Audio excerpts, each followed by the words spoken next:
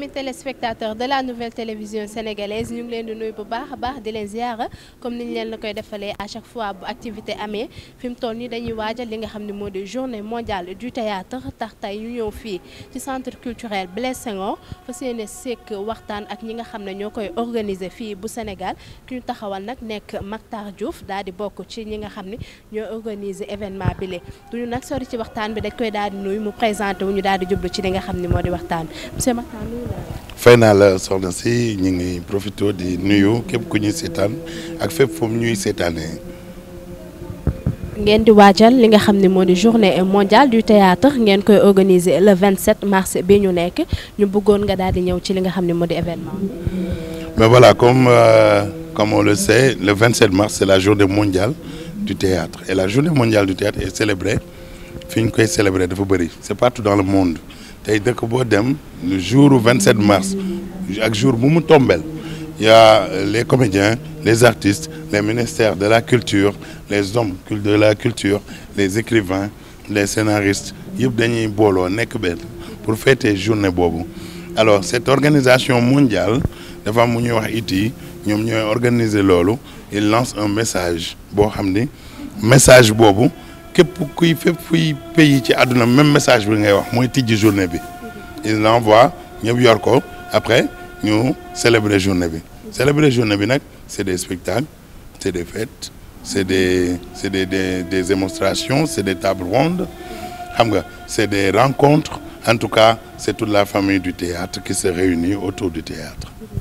chaque année da ngeen indi li nga xam ne moo di thème waxtaan ko ak monde bi yëpp ren lan mooy seen thème. dox jàmm wax jàmm def jàmm mooy thème oui en dehors y a un thème boo xam ne c'est un thème international moom laa lay wax sànq ne lu mel ni it cette organisation mondiale dafay yónnee benn message heureusement ce message ren tamit c'était sur la paix mais ñun Sénégal dañuy jëlaale en dehors de thème boobu dañuy am sous-thème boo xam ne suñu thème national la donc y a un thème international et un thème national suñu thème national nag wax jàmm la mais dafa tombé ak thème international bi aussi parle de la paix donc du coup c'est le théâtre au service de la paix de la paix et que fii aussi Sénégal ñun dañoon wax ni dañoo bëgg ren ñu wax ko vu les situations ak yi ñu jot a dund yëpp mais cette journée mondiale les artistes dañuy organiser pour wane ni quel que soit foo nekk quel que soit boor boo bokk quel que soit tarixa boo bokk quel que soit parti politique boo bokk on reste artiste et en étant artiste on a une journée qui s'appelle journée mondiale du théâtre le 27 mars ben on restera théâtre. cette année journée bi war a tombeek après li nga xam ne moo di élection présidentielle yi ñu jëm comme ni nga ko waxee dañoo nekk ci ay situation depuis boobu ba léegi te à chaque fois boo leen koy def di ngeen passé walla message situation dëkk bi ren mu war a fekk élection yi passé yan message ngeen fas yéene. ci message yu jàmm justement après les élections 1 ou 2 jours 3 jours après élection ñëpp a ngi tiit mais dafay yem ak journée boo xam ne élection am ak ñàkk am. ñun dañ koy organiser tant que jàmm nga am te jàmm la ñuy dox te jàmm lañ bëgg te ci jàmm la ñuy wax alors ñu ne élection bu ñu voté ba pare quel que soit résultat bi am dañuy dajaloo fêter cette journée mondiale fan lañ koy dajalee Sorano le matin ou dañ koy def cérémonie officielle. ci biir spectacle yi ngeen def thème yi ngeen di jàllal di ngeen ci faire passer li nga xam ne moo di situation élection yu ren ji. non du tout loolu tënkuñu situation élection tënkuñu maintenant ci biir journée bi am na ay pièces de théâtre yu bëri bu fekkee am na benn théâtre bu ci wax peut-être ñoom dafa tombé ak seen création ñu wax ci affaire élection mais non élection tënkuñu d'ailleurs ci liggéey ji c'est une grande pièce de Sorano qu'on appelle Talatay Nder qui fait partie de notre histoire nous Sénégal et que amul woon ci jàmm Talatay Nder jamono jooju donc ça rejoint un peu le thème sur le par rapport ak jàmm moom mooy ubbi journée mondiale boobu à Sorano donc Sorano képp kuy association képp kuy comédien képp kuy compagnie képp kuy yëngu ci wàllum théâtre képp kuy écrivain ak ministère l'État ñëpp dañuy dajaloo dem Sorano solo ba jekk ñëw seetaan seen pièces de théâtre il y aura beaucoup de pièces de théâtre journée boobu et que ñu def ay discours waxante jàmm après kenn ku nekk dem ci say local les ARCO les associations les TIADA les ARCO les ITS les ñoom ñëpp kenn ku nekk accompagné nga dem ci sa gox nga organiser aussi sa façon à ta façon d'autres spectacles mais loolu dafay permettre aux autres jeunes de jouer dans le seen propre local mais après heure ndogu jot ñu def ndogu théâtre nag mooy dañuy ndogu di seetaanaale ay pièces de théâtre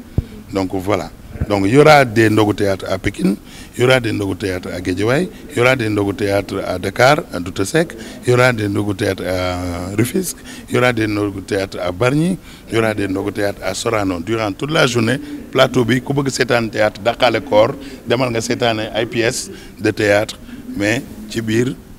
théâtre Daniel Sorano mais bu ñu fa jógee dañuy dem aussi dem jouer ji ci yeneeni pièces yeneeni gox bu heure ndogu jot ñu ndogu avec les artistes comédiens. tey bu ngeen passé wee journée bi foofu la nga xam ne moo di ci Sorano ba waxtu wi ngoon jot si ngeen daal di génn dem ci gox ya goxaati pour passer ko ak ñi fa nekk.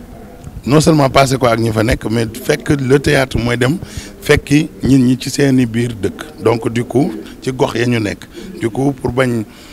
mu ñëw nekk ñu def ko féete ko à Sorano kese mu jeex et kenn ku ne dañ la permettre nga organiser aussi sa biir gox parce que tamit nga sagal leen seen biir mais aussi peuple bi bëgg nañ seetaan am na ñoo xam bëgg nañ seetaan mënuñu ñëw mais ñu fekk leen fa et puisque ndogu c'est benn heure de partage la et que suñu thème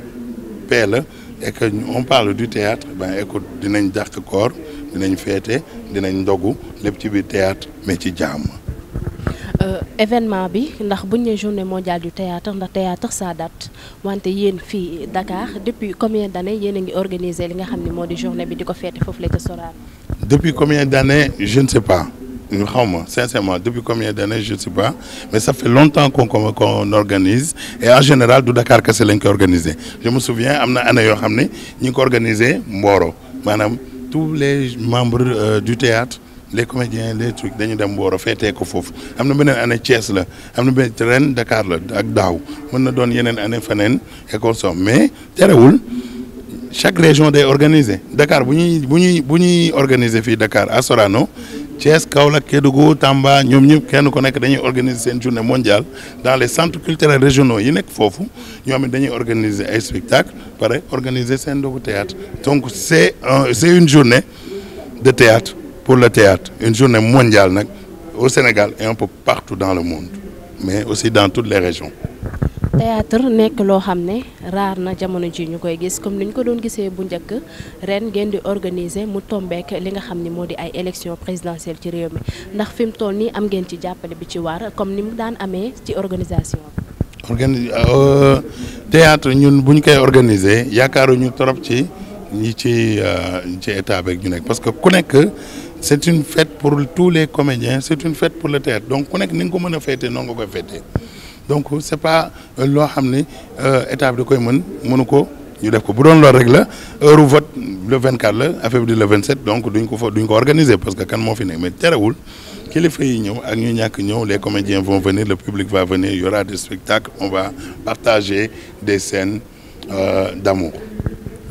tey ci spectacle yi nga xam ne war na am foofu ndax ñi seetaan war nañu xam lan la ñuy dem fekki tey jii ni ci spectacle yooyu ndax xale yi ñoo koy jouer wala ñi nga xam ne ñoo jiitu ci théâtre ñu njëkk ñi ñoo ñëwaat indiwaat théâtre jàngalaat xale yi lan moo xam ne moo di. alors à partir du ñu commencé à 10h c'est la troupe théâtrale Daniel Sorano mooy njëkk jouer c'est des professionnels mooy waa Sorano ñoom ñooy njëkk jouer pièce bi ñuy wax Talaatay Ndeer après. dina am bu ñuy wax espoir de la banlieue ñooñu ay xale lañ ñu ngi dëkk Thiaroye di def beneen théâtre bu ñuy wax théâtre forum moom tamit dinañ ñëw présenter benn théâtre par rapport au thème buñ ci jógee dinañ présenter beneen pièce yoo xam ne ay humoristes lañ ñooñu waa Rescapar la ñu tudd ñoom Balla ñu ngi leen di seetaan souvent ci ay Abba Show et tout ça ñoom ñoo fa nekk ñoom dañuy ñëw tamit jouer ñoom waa Rescapar dañuy ñëw jouer foofu léegi bu ñu paree foofu nag ci la ñuy dem ci gox yi lu mel ni Arco Pikine par exemple waa Pikine dañuy programmer ay dizaines de troupes ñooñu tamay xale lañ ak ay mag waa Guédiawaye dañuy programmer ay dizaines de troupes waa Rufisque waxi noppi waa Bargny waxi noppi waa Kër Massar fàtte naa leen wax ñoom tam dañuy organiser waa Thiès waa Louga waa Ndar waa Ziguinchor surtout waa Tambacounda waa Kolda toutes les régions kenn ku nekk da ngay organiser donc disons bu région bu nekk programmer 10 pièces de théâtre autant de régions on a plus de 140 pièces de théâtre yu war a daw jour boobu waxuma laa ne bii Dakar rek Dakar aussi on a une centaine de pièces de théâtre yu ñu war a jouer. day nekk pièces yoo xam ne dafay jàngale dafay yeete ndax léegi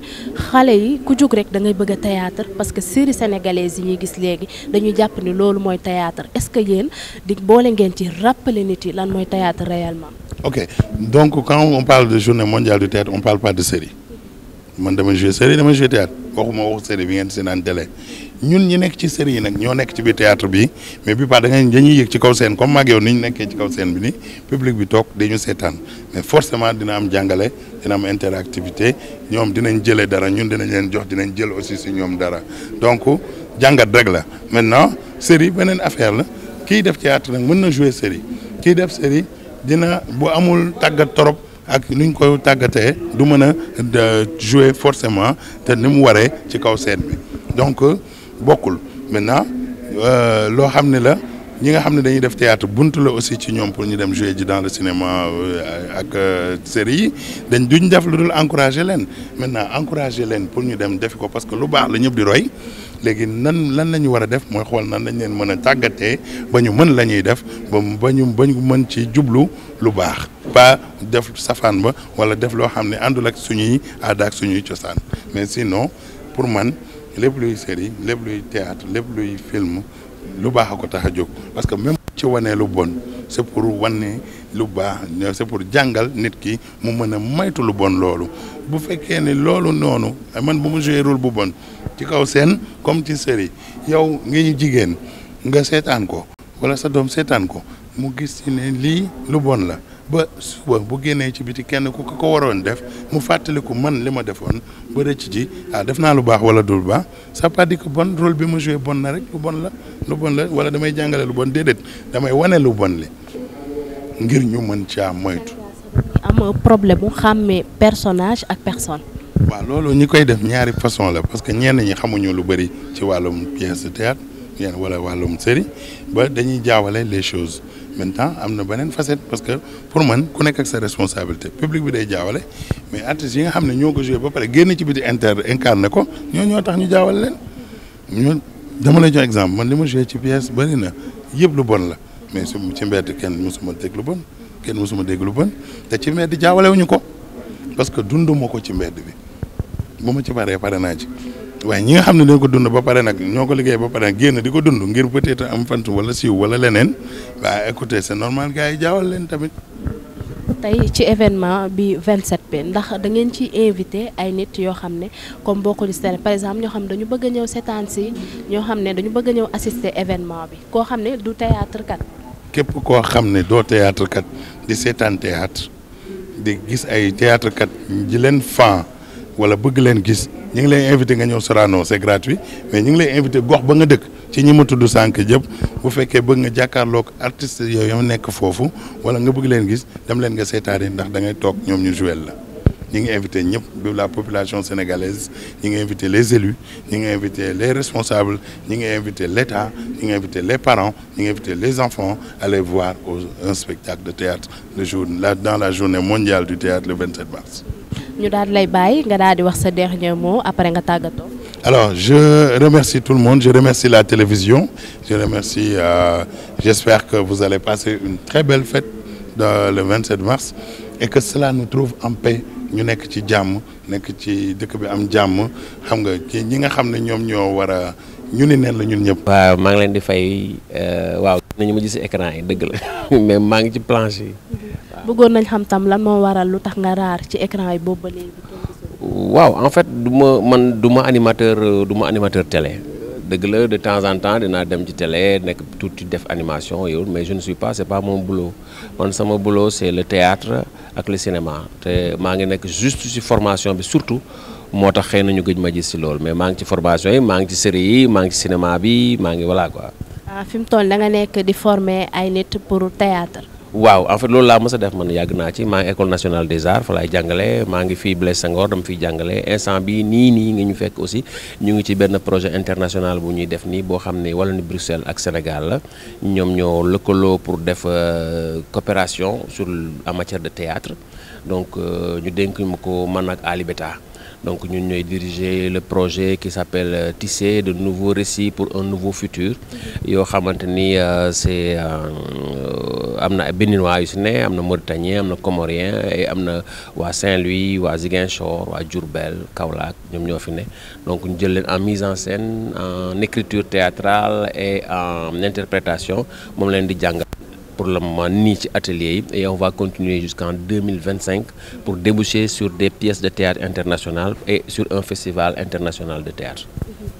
ñu ñëw fekk la fi nga xam ne yaa ngi waajal li nga xam ne moo di bisu 27 mars bi di journée internationale du théâtre ñu bëggoon nga daal di ñëw ci li nga xam ne moo di bis bi. waaw comme ni ko Matar waxee rek à l'instar du monde de la communauté théâtrale du monde entier dañ koy faral di célébrer le 27 mars muy la journée internationale du théâtre célébrée par IT mooy international du théâtre mu nga xam ne day def discours chaque 27 mars donc on a l'habitude ñun di ko def depuis yàgg na. Bon journée mondiale du théâtre yàgg na mais pour bi ñu koy célébrer fii ñu ngi ko commencé ay vers 2004 2005 lañ ko commencé def fii ci Blaise Senghor ba après moom mu ngi continuer di law ñëpp di ko defandoo aussi au Sénégal ni ñu koy faral di defee c'est une fête pour tout le monde pour tous les théâtres pour tous ceux qui aiment le théâtre les amateurs de théâtre dinañ am daal li nga xam ne bëgg nañ ko ci koñ yi li nga xam ne bëgg nañ ko en officiel mooy li ñuy def Sorano voilà li ci des nag dañuy bàyyi latitude képp kuy organisation képp kuy comme compagnie de théâtre ou troupe mu organiser seen koñ amener son public ñëw seetaan ko donc noonu lay demee. Sénégalais gëj la gis ci écran yi fi mu toll nii ngay waajal bis bi tey le 27 mars ñi nga xam ne dañ ci war a ñëw lan lañ war a xaar ci yow.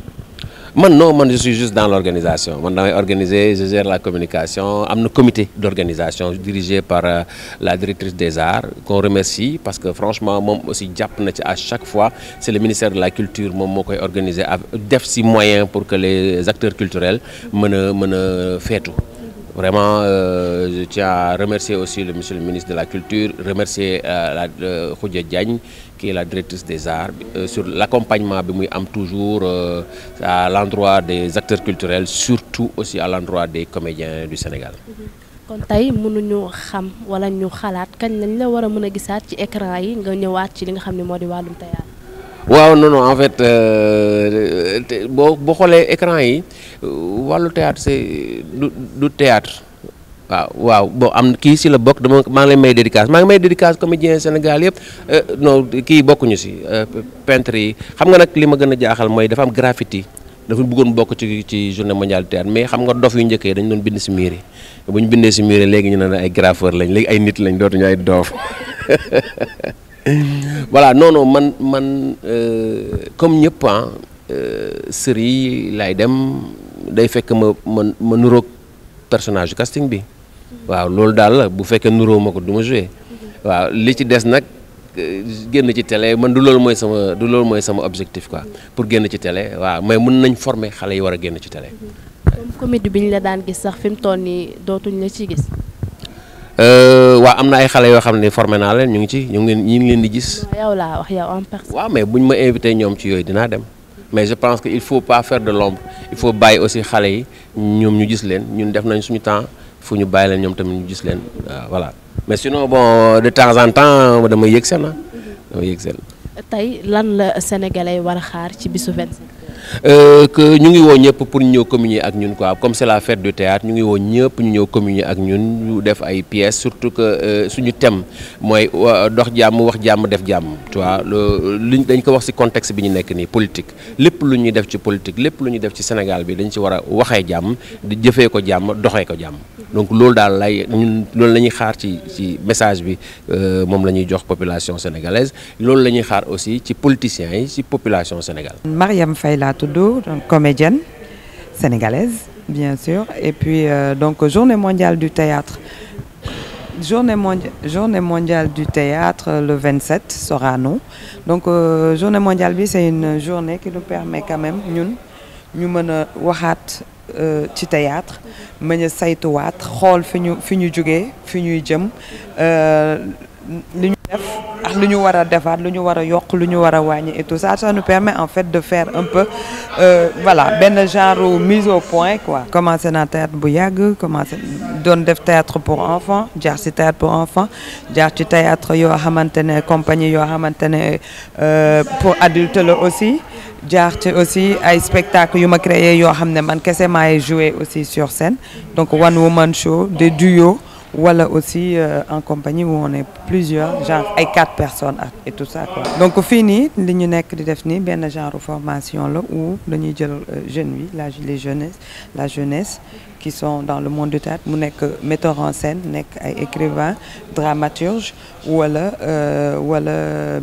wala les acteurs et donc à partir de là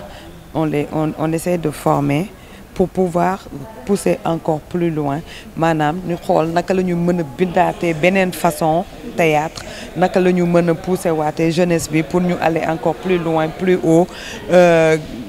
génn ci li ñu xam jéem a xool théâtre tey lan la soxla ba xam ndax théâtre tey ñun liñ daan def la bi ñuy commencé wala ndax théâtre tey bougé na ndax léegi ñu dañu war a changer ñu façon bi ñuy jouer ndax dañu war en tout cas intégrer yooyu yëpp donc fii nii c'est ce qu'on est en train de faire ak ñoom bindaat bu bees jouer bu bees mise en scène bu bees voilà quoi des recherches formation la quoi moom comme li may wax def mise au point xool fu ñuy jugee fu ñu jëm ndax yoon bi dégagé na et puis surtout peut-être bon voilà aussi poser les problèmes des comédiens le statut des comédiens est-ce que voilà war nañu reconnaître comédiens yi peut-être que war nañu génn ci moment yi nga xamante ne les comédiens ils sont malades et puis après kenn du leen faj wala amuñu lu ñu fajoo voilà il y a plein de choses qu'on voit est-ce que gëdd bi ñu war a jox comédiens yi jox nañ leen ko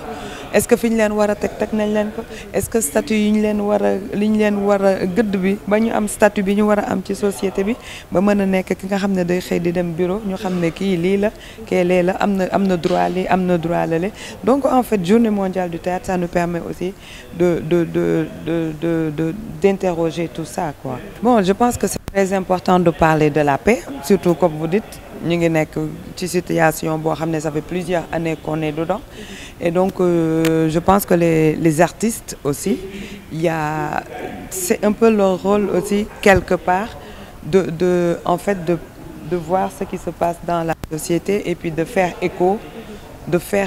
ce qui se passe dans la société donc je pense que c'est très normal qu'on parle de la paix puisque quand même on a traversé quelque chose de très dur pendant 3 ans métti woon na stressant na psychologiquement on est atteint xawma sax fu ñu jëm ñun dans 10 ans lii lépp lan lay def ci suñu biir bopp yi donc je pense que c'est vraiment très important de parler de la paix et voilà et puis de voir peut-être comment faire écho de tout ça sur scène. waa journée mondiale du théâtre bi ñun luñ ci prévoir parce que suba gi dañ koy feete ñun ñëpp fi nga xam ne moom mooy Sorano mais tamit buñ paree ku nekk ci li ngay bay sa waar rek di nga fa dem jëmmal journée bi ak ñi nga xam ne ñoo ci nekk maanaam acteurs yi ñun fii nag dañoo prévoir def ay atelier de formation pour xale yi ci suba gi ak ndaw ñi nga xam ne mën nañ leen a gunge wax leen théâtre lan lay servir ak tey jii yan métier ñoo nekk ci théâtre parce que parfois dañuy foog ne comédien rek moom mooy théâtre mais tey jii nii théâtre am na kuy bind am na koo xam ne moom mooy naan taxawee leen nii defee leen nii waxee leen nii am na ñoo xam ne tamit ñoo nekk ci technique bi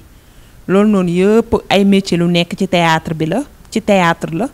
te loo xam ne xale yi war nañ koo mën a xam pour nag mën a xam ëllëg ci biir buñ ko bëggee nan la ñuy def ak fan la ñuy jaar pour mën koo jàng waaw parce que métier la te métier bu nekk dañ koy jàng loolu ci suba gi lañ ko bëgg a def moment bi ñuy nekk fee Sorano loolu ñu def ko ci suba gi mais ngoon gi nag dañoo bëggoon troupe bi nga xam ne moom moo gañee fes nag li ñu gënaloon sax moom mooy dem fekk ji ko fam nekk mais dañ koo bëgg a indi fii Blaise Senghor mu wane yeneen facette am daal parce que ñoom yàgg nañ di yëngu ci théâtre te am na leneen loo xam ne yeneen pièces yoo xam ne war nañ ñu koo mën a won te tamit duñu génn ci centre bi ndax am na ñoo xam ne li may wax rek dañuy ñëw ci centre bi fii seen kër la dañ fi moom mooy troupe melokaan bi ñoom it dinañ ñëw def benn prestation boo xam ne incha allah ça sera de haute facture waaw loolu daal moom moo nekk suñu mbébét pour journée mondiale du théâtre bi te ñun ñu ngi ñaan yàlla yóbbu ñu ceeg jàmm ak salaam ñu fekke ko tetal ko. Au-delà de spectacle yi ñu bëgg a def ci salle bi ci formation yi dinañ won xale yi que ni ñoom série yi ñuy gis bokkut ak théâtre parce que bu ñuy wax théâtre dëgg da ngay dem nga seetaani ko mu doon représentation ñëpp di la gis nga koy représenter bu ñuy wax théâtre looloo tax c'est la représentation bu ñuy def à l'instant moo tax ñu naan théâtre te ci biir théâtre boobu dafa am message yu bari yuñ ciy jàllale te message yooyu noonu bëgg nañ xale yi nga xam ne ñoom la ñuy defal formation ñu xam ko parce que xale yi ay élèves lañ ndax centre bi dañoo lëkkaloo ak ay lycée ak maison de l'oralité lëkkaloo ak yenn association yi ñooñu xale yooyu noonu yëpp bëgg nañ ñu ñëw teewee bis bi mën koo xam parce que ci xale yi lañ mën a jaar pour transmettre suñu culture ñu mën a màggaaleeg moom mën koo xam loolu moom moo nekkoon suñu mbébét te incha allah point boobu noonu c'est intéressant dinañ ko bàyyi xel bu baax. waa li ñuy waxee rek jàmm moom ci la lépp xaj te Sénégal dafa doon ay dëkku mag ñu baax te bi ñu juddoo ba tey dinañ jéng rek waaye duñ mës a daanu ci jàmm la ñuy dox di ci wax loolu nag bokk na ci ak contexte biñ nekk moo tax comité bi ñuy réunir ñu ne pourquoi pas ñu wax ci jàmm gi parce que ak yi fi jotoon a xew et tout il faut que tamit ñun suñuy message suñuy bataaxal mu jàll ci te ñu kii ko ci jàmm daal jël lépp centré ko ci jàmm ndax jàmm ci la lépp xaj ndax jàmm bu amul moment boobu suñu journée bi ñun duñ ko mën a def te ñu ngi ñaan yàlla jàmm jooju sax moo tax ñu choisir thème bi. tàggatoo waaw bon maa ngi dem ba beneen. waaw mot de la fin daal mooy merci beaucoup on est très content en tout cas de cette visibilité que vous portez sur cette journée. waa maa ngi leen di jaajëfal waa NTV di jaajëfal ni ñuy seetaan ñëpp di nuyu waa centre culturel Blaise Senghor nuyoo bi nag dama koy jagleel comédiens yi ndax bés bi seen bés la ñoo ngi nii ubbeeku di leen xaar ngeen ñëw daal ñu feete ko comme ni mu waree incha allah rabbi jërëjëf. képp kuy parti politique buñ la gañee buñ la gañewul ñëwal seetaan suñu ñun dañuy théâtre. Amis téléspectateurs de la nouvelle télévision sénégalaise comme ni ñu leen koy defalee saa su ne bu xew-xew amee rek dañuy daal di dem ci ñi nga xam ne ñoo xewle wala itam ci ñi nga xam ne ñoo ko organiser ñu daal di sikk ak ñoom waxtaan ngir dëgmal ci bis bi ñu jëm tey nag gis ngeen ñi seet si woon muy ñi nga xam ne dañuy waajal journée mondiale du théâtre ñëw fii ci centre culturel Blaise Senghor doon sikk ak ñoom waxtaan gis ngeen ku ci mel ni Makhtar Diouf moom nekk ci membre comité d'organisation waaye itam gis ngeen ñi nga xam ne moo di Kader Pichini moom itam daal na ci sànni ay kàddu du ñu daal di tëj benn yoon te jaajëfaluñu équipe technique bi nga xam ne ñoom la ñu àndaloon muy Mass Production Papa Massamba Ndiaye moom tey dafa tardé moo tax liggéey bi daal di yéex waaye ñu ngi koy jaajëfal bu baax a baax di leen jaajëfal yéen itam suñu téléspectateurs yi di leen wax à très bientôt ci yeneeni xew-xew jaa ngeen jëf.